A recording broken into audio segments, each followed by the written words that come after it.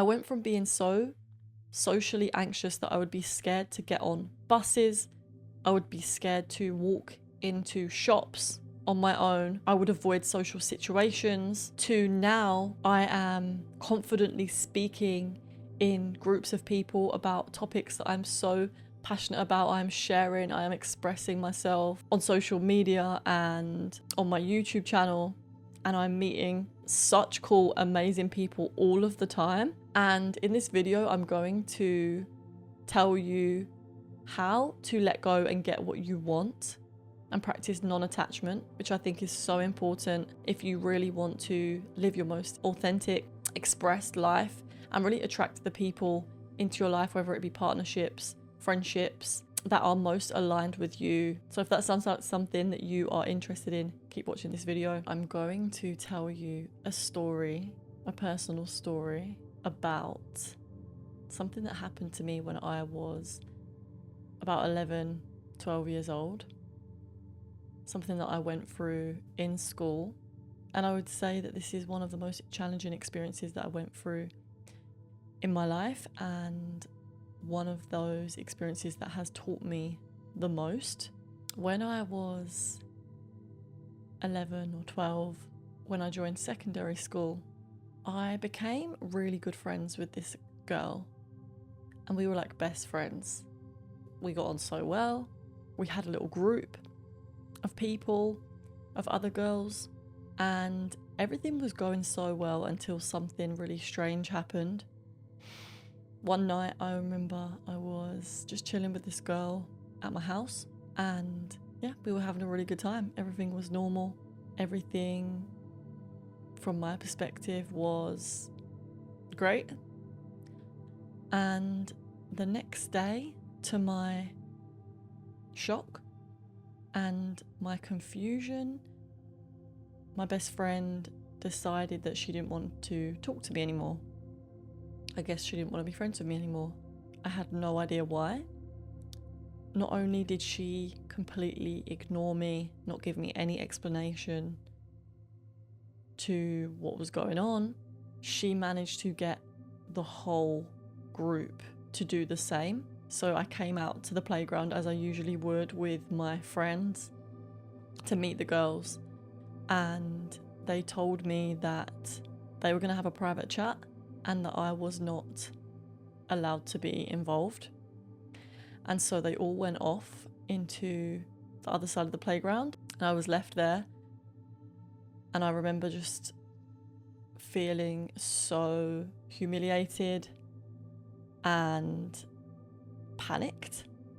I didn't know what to do. I didn't know what was going on. I was so confused. I just remember feeling this intense feeling of humiliation, and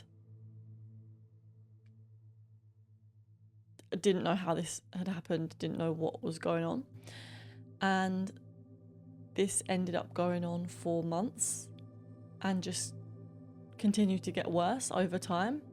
And so for a few months I would walk around on my own during lunches and break. I remember dreading lunchtime and break time because I had no friends to be with, so I was just so humiliated by this. I didn't want anyone to know that this was happening to me. I was so worried about all the other people in my year finding out that this was happening to me, that I would try to make it as least obvious as possible by either walking around and finding places to sit where no one would see me, sometimes the toilets, or I would try and find, I'd just walk around and just try to just look as inconspicuous as possible. I remember just wanting break and lunch to finish so much. I would just want to get back into my classroom, so I would be like the first one back in the classroom after lunch.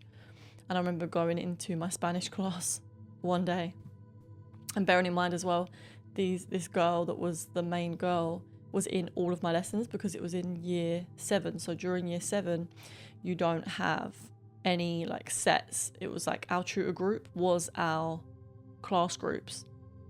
And I remember, so that we had this group of girls in the tutor group, And I remember coming into Spanish class one day after break, and all the girls came in and they ran to fight over the space that wasn't next to me.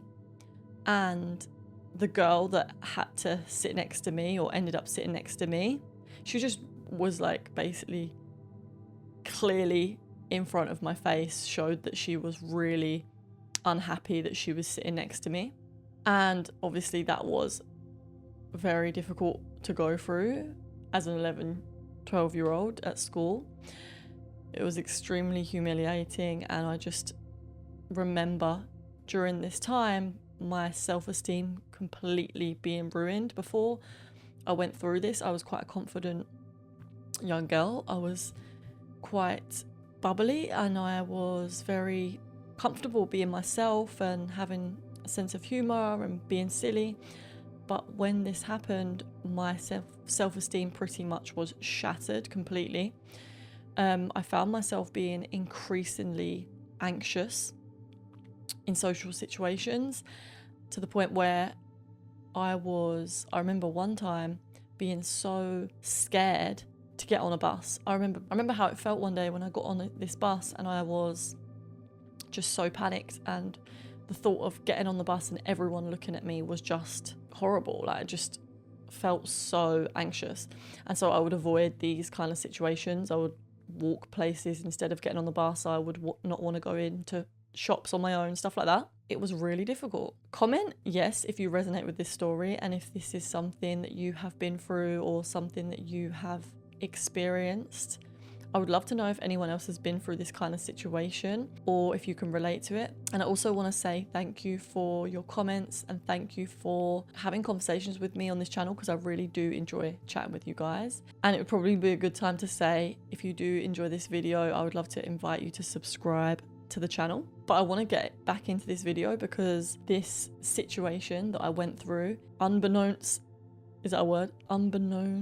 to me during that time, turned out to be one of my most cherished lessons. I can genuinely say now, as a 29-year-old woman, that I am grateful that this happened to me. I'm grateful that I went through all this, even though it was so difficult. My time after that during school was very challenging because of the self-esteem issues that I had, and because of the trauma, I guess, that it had instilled into me. I came up against a lot of challenges. Now that I look back at this situation, I really do realize a lot of things from observing myself.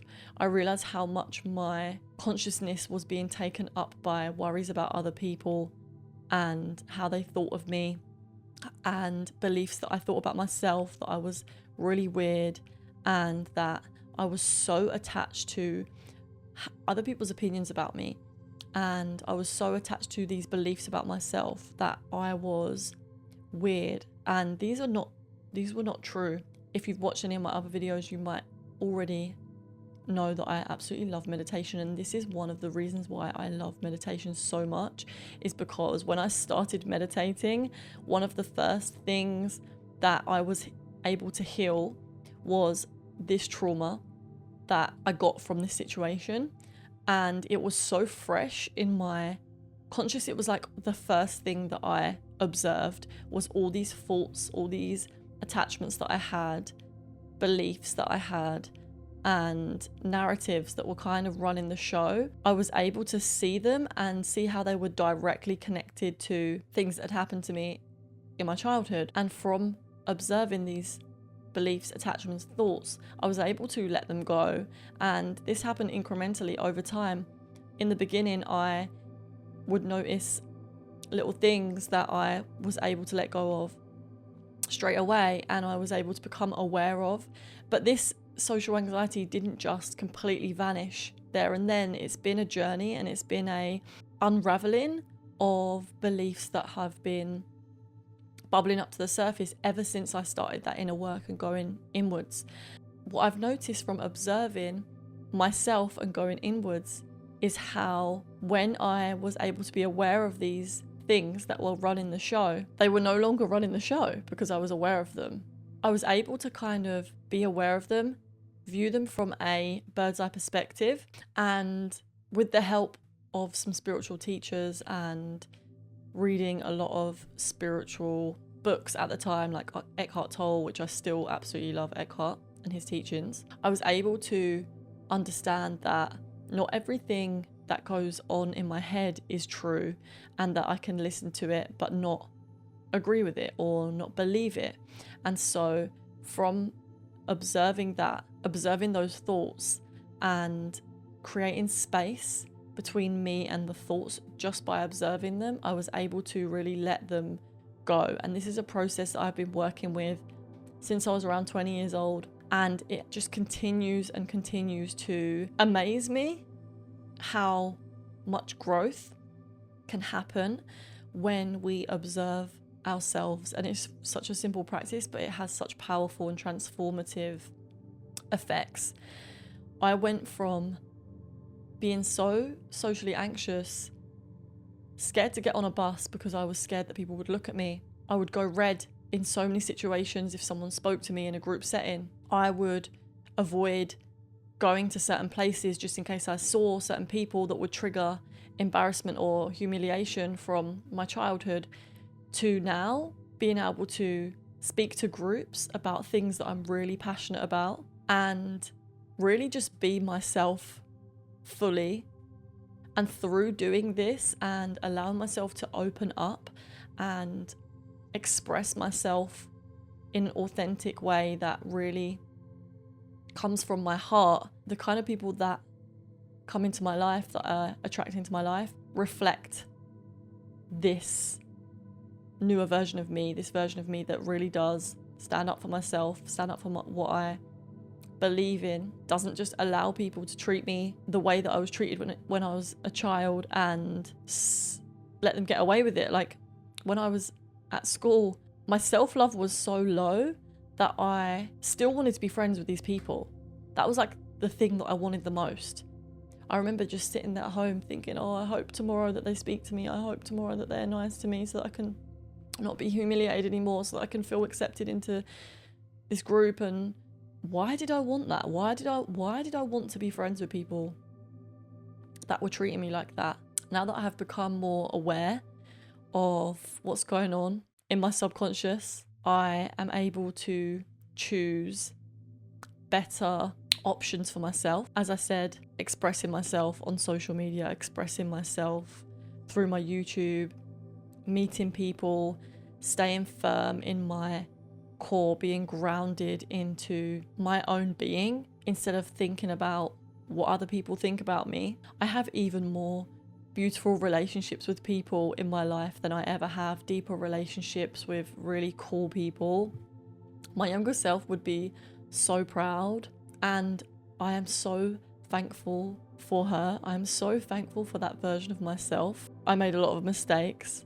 I am so compassionate to her, and I'm so compassionate to that version of myself because I know that she was just doing her best with what she had and how she felt at the time. Comment yes if you relate to this story. If this is something that you have been through, please do share your stories. If you want to share, I would love to read them.